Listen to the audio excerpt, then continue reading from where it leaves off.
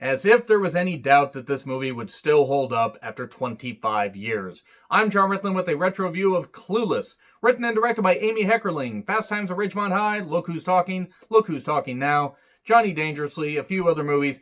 I would argue Clueless was her best movie. The writing, the directing, the acting is fucking perfect.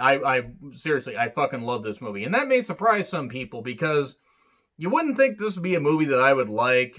Some people actually are very shocked that I would enjoy a movie like this. But for those who don't know much about the plot, it involves a character named Cher, played by Alicia Silverstone, in her best role, in my personal opinion. I'm not saying she hasn't done great work since, but this was her at her best. She was just great as a rich socialite, shallow but well-intentioned. She loves her friends. She wants to help out anybody as best she can, but feels that things can be solved by kind of BSing her way and negotiating her way through high school, because she's the daughter of a lawyer who does love her, and she lost her mother at an early age, and that affected her, but she kind of has her head in the clouds. She doesn't have a license, but he lets her drive, despite her getting, numerous tickets and citations and everything, because she doesn't drive and feels there's no consequences, rather, to her actions.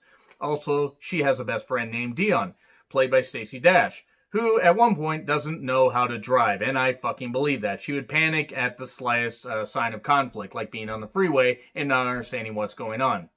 Given how Stacey Dash has acted in the last few years, I very much believe that she would be this idiotic. Also, this was a breakout role for Brittany Murphy, who plays the character of Ty. She's not frumpy, but more tomboyish. She comes from another school, and Cher and Dion decide to make her over.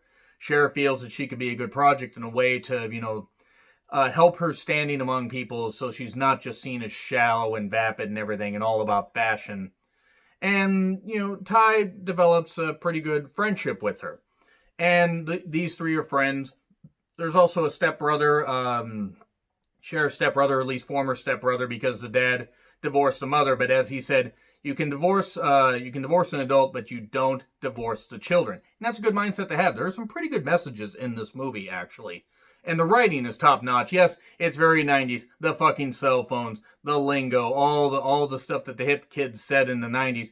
To be fair, I actually remember a lot of this shit, so it did hit the nostalgia vein pretty often.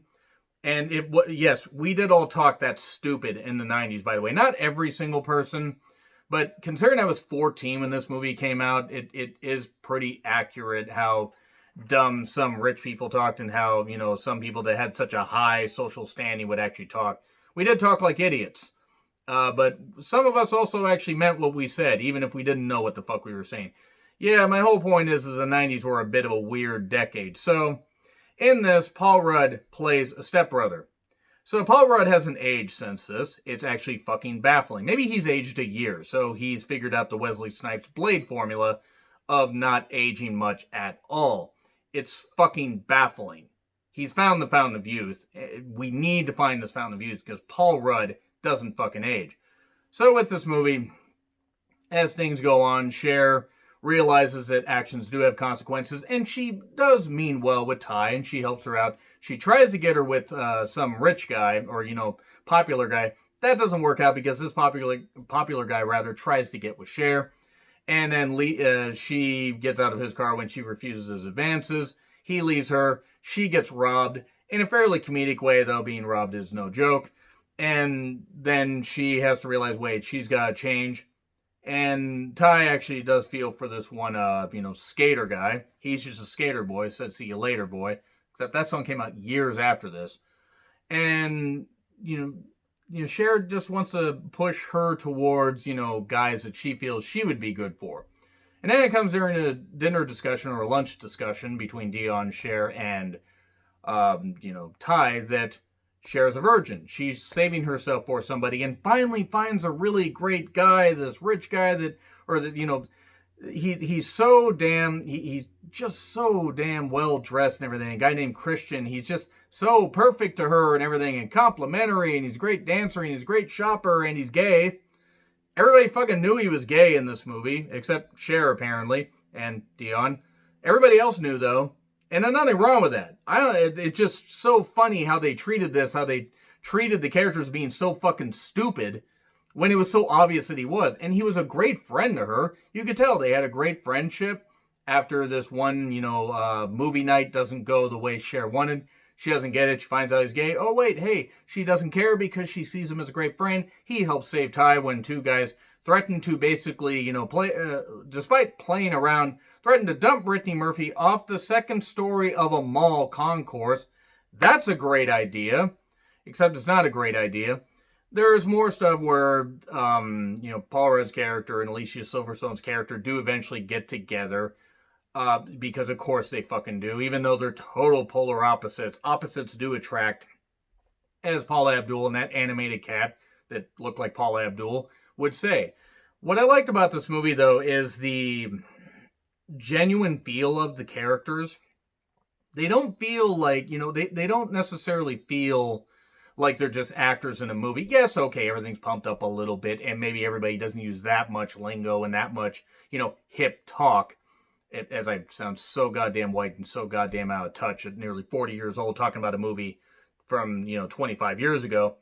But the characters the people feel like they actually, mean what they say. There are, of course, the stock characters of the stupid, vapid villains and stuff like that, but nobody really feels like they're just, that they're just there just to advance the plot. Everybody has a purpose in here, even the bit characters. It all just feels genuine. And there's a genuine feel of love, acceptance, and all that, regardless if you're gay, straight, whatever, whether you come from another, state, you're from the other side of the tracks, doesn't matter. Cher eventually learns how to do charity, the charitable work handheld. She donates some of her stuff. Her and, Alicia Silverstone and Paul Rudd, they fall for each other right at the end, and it's great. And there's this wedding scene. And not with them, but with the two teachers that Cher set up earlier in the movie, Mr. Inconceivable himself from, The Princess Bride, and a nerdy woman, and that was actually pretty good. It was actually a pretty well thought out, good comedy. In fact, I would say great. I actually would call this movie goddamn great. So yeah, the movie gets. I will say this much, there are a few criticisms I could have of it, but it gets an A- because it's about as close to perfect as you can get. It's a really fun movie, and Alicia Silverstone's best, at least as far as comedy, because boy, Batman and Robin pretty much finished off her career from doing anything, really good. Even though she would do other stuff after that, that movie finished off a lot of careers as far as mainstream stuff, at least for a while. So, anyway, A-. Let me know what you guys think in the comments. Like, share, subscribe, Twitter handle in the description. I'm Jar Retlin. I'll see you soon.